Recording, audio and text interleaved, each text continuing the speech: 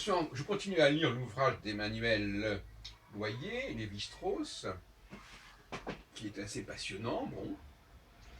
Et je m'aperçois des similitudes, des convergences entre mon travail et celui de Lévi-Strauss. Lévi-Strauss, d'ailleurs, que j'ai rencontré dans un entretien, c'était en 73, donc il y a plus de 40 ans. Donc c'était au Collège de France. Et il m'avait reçu quelques. Je lui avais parlé d'ailleurs, je ne sais plus de quoi je lui avais parlé, probablement d'astrologie. Je sais pas. Et je vais dire moi ce que je pense. Et je pense que c'est. Et ce que je pense que ça fait écho à ce que pensait Lévi-Strauss, qui d'ailleurs est d'origine alsace-lorraine, comme moi, du côté de mon père. Et au niveau judaïque et rénan. Et je pense qu'effectivement, alors est-ce que c'est rousseauiste, est-ce que c'est voilà, il y a une cohérence initiale des structures à retrouver, à reconstituer.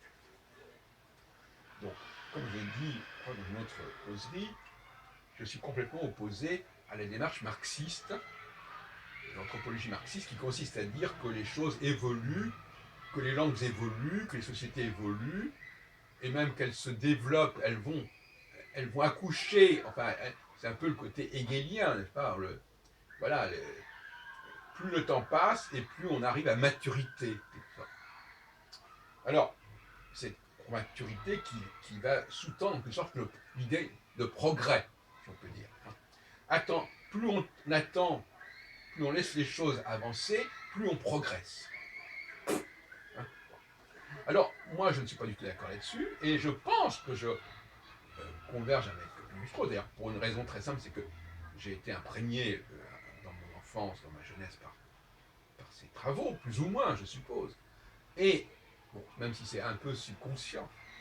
Et je crois, au contraire, même si lui-même n'est pas allé très loin dans cette direction, moi j'en ai fait toute une méthodologie, je crois qu'il faut reconstituer la cohérence initiale, la pureté des structures, que ce soit dans le domaine linguistique ou dans le domaine de la critique biblique ou de la critique de tel et tel corpus. Il ne s'agit pas uniquement de décrire et de justifier ce que c'est devenu, ce que les choses sont devenues, mais montrer qu'il peut y avoir eu des déviances, des corruptions, des dégradations, et que notre société, notre civilisation, se doit de maîtriser ces mots, M-A-U-X, parce que quand les choses se dégradent, eh bien ça fausse le jeu. Quand on finit par, surtout le syncrétisme aussi, consiste par exemple, syncrétisme autour de la notion de Dieu, autour de la notion d'État. Enfin, il y a des tas autour de la notion d'être d'humain, d'homme, etc. Bon, ça aussi, je le dénonce. Hein. Je sais, il ne va pas aussi loin que cela. Mais l'idée d'un conservatisme de base qui consiste à considérer que les hommes d'autrefois ont instauré quelque chose qui reste profondément valable pour nous aujourd'hui.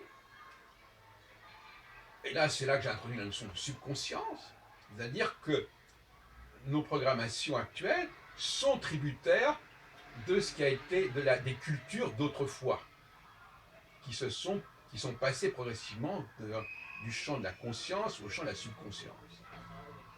Par conséquent, si nous voulons comprendre ce que nous sommes aujourd'hui, il faut reconstituer les cultures d'autrefois, puisque ces cultures d'autrefois ont généré cette subconscience qui sous-tend nos activités actuelles. Bon, voilà ce que je dis, ma contribution à la pensée de Lévi-Strauss et du structuralisme, c'est que ce que j'appelle la diachronie, c'est-à-dire la recherche de la genèse des processus, la genèse des savoirs, cette reconstitution se fait justement par une critique structuraliste. C'est-à-dire, si la structure n'est pas là, il faut la retrouver, il faut la reconstituer. S'il n'y a pas une certaine symétrie, une certaine dualité, une certaine cohérence, eh bien il faut la retrouver. Parce qu'en la retrouvant, je vais reconstituer un état antérieur. Même si je ne connais pas, même si cet état antérieur ne m'est pas parvenu, je peux le reconstituer par une approche archéologique en découpant, en décortiquant le corpus qui nous est parvenu et en reconstituant les états successifs, en mettant en évidence des redondances, des contradictions, des déformations qui nous éclairent sur un état antérieur. Et ça, je l'ai déjà exposé en 1976 dans la méthodologie que j'utilise dans Clé pour l'astrologie, paru chez Segers il y a donc exactement 40 ans. Donc, alors, je ne vais pas pinailler pour savoir si Lévi-Strauss a dit exactement ceci ou cela, c'est pas la question. La question, c'est que dans l'esprit, je pense que ma démarche recoupe celle de Lévi-Strauss et éventuellement la prolonge et la renforce.